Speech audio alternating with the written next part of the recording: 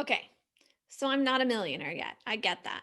But I do plan to be one day. It's not because I want this big pile of money and be super wealthy. It's because I think I'm going to need at least $1 million to spend when my body or my brain or both or some other reason, like caring for a loved one, makes it so that I'm unable to work any longer. And I say at least $1 million because inflation could make it 3 to 10 times that. So, whether you're on a financial independence journey, you plan to leave your 9 to 5 at some point, or you just want protection in case you can't work any longer, becoming a millionaire is what a lot of people set as their goal. So, I've been looking into how millionaires got that way and what they do to protect their funds as they're on their way to being a millionaire, and then also as they use them. Today, I want to share with you a little bit about what I've found. So, welcome to the Fife Movement. I'm your host, Amanda Neely. This is the only movement that helps our generation create our unique, feminine, and entrepreneurial path to financial independence. Be sure to subscribe. And if you're watching on YouTube, hit that bell after you hit subscribe so that you get notifications of future episodes.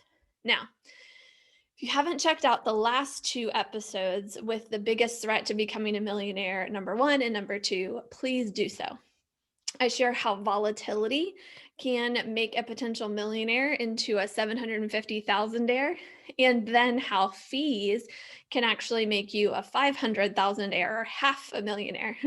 Today, we're going to look at what I think is actually the scariest risk you face because it seems like you have very little control here, actually, zero control here. First, I'll reveal it, and then I'll share how to protect yourself from it. So, first, let me ask you if a millionaire has $1 million, but 30% or more of that $1 million belongs to someone else, can you really count them as a millionaire? No, you'd say they only have 700,000 because the other 300,000 isn't really theirs. Now, what if that millionaire figured out a way to reduce the amount they owed to maybe even 0%? Would you then count them a millionaire? You sure would. They have $1 million and they don't owe any of it to anybody. So let's say you do end up with that $1 million in your 401k or IRA. You're likely aware that the Internal Revenue Service is going to tax those funds as you use them. And if you're 35 years old today, or 25 or 45 or 55, heck, even if you're 65, we have no idea what's going to happen with taxes in the future, especially if we're looking at over 30 years. We don't even know what they're going to be like in 5 years. So how do you avoid taxes on your retirement funds when you decide to use them? And furthermore, how do you use them in a way that they won't make any of your Social Security income, if you get that, won't make those funds taxable as well? Um, is it possible to be in a 0% tax situation in your retirement years? And it's kind of simple, but not enough people consider it. You don't put all of your retirement savings in a tax deferred product like a 401k or IRA. You might put some there and still be able to live, tax free in the future, at least under current law.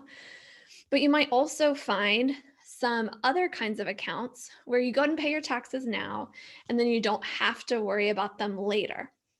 Really common option here is called a Roth 401k, Roth IRA. But the problem with Roths is that they limit how much you can put in, and there's still fees and volatility threats, the first two that we talked about.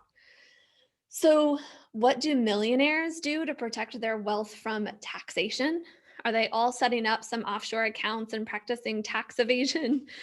Maybe a few billionaires are, but unlikely to be cost effective for the lowly millionaire to go through all those things. So, what I found is that a lot of millionaires and future millionaires, what they're doing is what's been called the rich man's Roth. At least under current law, you can use a specially designed dividend paying whole life insurance policy known as Bank on Yourself or Infinite Banking. You can pay your taxes up front and then access your money when and if you need it without any taxes due or tax forms to file. That's pretty cool, right?